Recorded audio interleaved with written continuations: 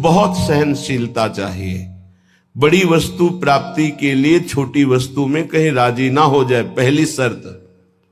जैसे किसी को 1 अरब रुपया चाहिए, 100 रुपया दिया जाए तो कैसा लगेगा? उसे बुरा लगेगा। क्या होगा इससे? हमारी तो बहुत बड़ी संख्या है, मांग हमारी बहुत बड़ी है। ऐसे ही भगवत प्रेम प्राप्ति के मार्ग के उपासक को ब्रह्म पद, देवराजेंद्र का पद और सम्राट पद, योग की सिद्धियां और मोक्ष पद, ये भी बहुत ऐसे लगता है 100 रुपये के समान। 1 अरब की प्राप्ति वाले को जैसे 100 रुपया, ऐसे ही प्रेम प्राप्ति वाले को ये सब लगता है। इसलिए कह रहे मुझे ये नहीं चाहिए। दीयमानम न गृह्णन्ति, देने पर भी वो नहीं लेते। बिना मत सेवनम जना, बिना मेरी सेवा के वो ये परम पद भी नहीं चाहते, मोक्ष भी नहीं चाहते। इसलिए पहले तो उपासक को यह समझना है कि हमें चाहिए क्या। भोग मिला, भोग भोग लिए, जैसी वृत्ति हुई वैसे ही चल दिए, जैसा मन आया वैसे ही क्रीड़ा कर रहे हैं। तुम्हारा लक्ष्य क्या है? प्रेम। इतना महंगा है प्रेम, प्राण दिए यह प्रेम न पइए, ऐसो महंगो आय सखीरी।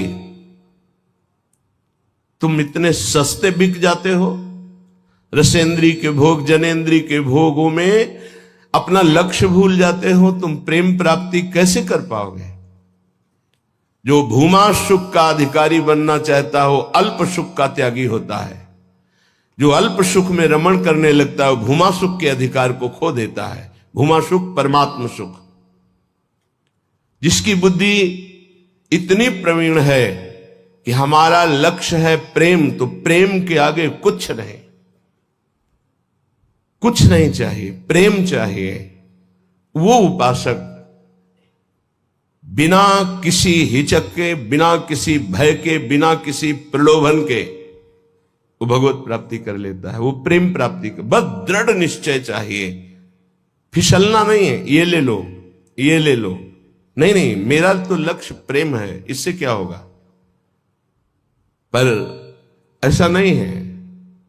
वो प्रेम तो बाद में मिल ही जाएगा, पहले हमें भोग भोग लेते हैं। बस यही त्रुटि जीवन को नष्ट कर देती है। यही कमी हमारी हमको आगे नहीं बढ़ने देती। नहीं, परमार्थ में थोड़ा भी नाम जप करने वाला, थोड़ी भी साधना करने वाला, उसको अनुभूतियां होने लगती हैं। चल चला चल राह में अनुभूतियों का ले सहारा, कौन तेरा साथ देगा, व्यर्थ में किसको पुकारा। परमार्थ के पथिक का कोई और साथ नहीं देता, उसकी अनुभूतियां साथ देती है। पर अनुभूतियां हैं नहीं तो धन साथ देगा, व्यक्ति साथ देगा, शरीर साथ देगा, रिश्ते नाते साथ देंगे। ये सब काल के गाल में दबे हुए हैं, ये क्या साथ देंगे। कालातीत पुरुष हमारा साथ दे सकता है, वह भगवान, वह भगवान के प्रेमी जन। इसलिए बहुत सावधानी पूर्वक सत्संग सुने और इस जीवन का चरम लक्ष्य है प्रेम। उस प्रेम को हम प्राप्त करने के लिए कमर कसें। क्या ये संतों के पास नहीं जा सकते? क्या इनका अधिकार भगवत प्राप्ति नहीं? नहीं, इनके मन में भगवत प्राप्ति की कहीं किंचन मात्र लालसा नहीं। पद और प्रतिष्ठा, भोग और ऐश्वर्य, नाम और कीर्ति, बस इतना ही लक्ष्य है। इसलिए प्रेम मार्ग के उपासक को कभी इनका संग नहीं करना चाहिए। हां, कोई महाभागवत और पद पर विराजमान और भगवत भजन में लगा हुआ, भगवत प्राप्ति की लालसा वाला, उसका हृदय से स्वागत करना चाहिए। ऐसा नहीं कि कोई हो ही नहीं सकता। अम्बरीश जी महाराज चक्रवर्ती, सम्राट और महाभागवत, बड़े बड़े महाभागवत राजा हुए। दशरथ जी महाराज चक्रवर्ती, सम्राट, वैसे महाभागवत कि भगवान उनके पुत्र श्री राम के रूप में आए। तो जो भगवान से विमुख है, केवल पद का ही अभिमान रखता है, राजपने का अभिमान रखता है, भोग ऐश्वर्य में घमंड में है, ऐसों का संग कभी भक्त को नहीं करना चाहिए।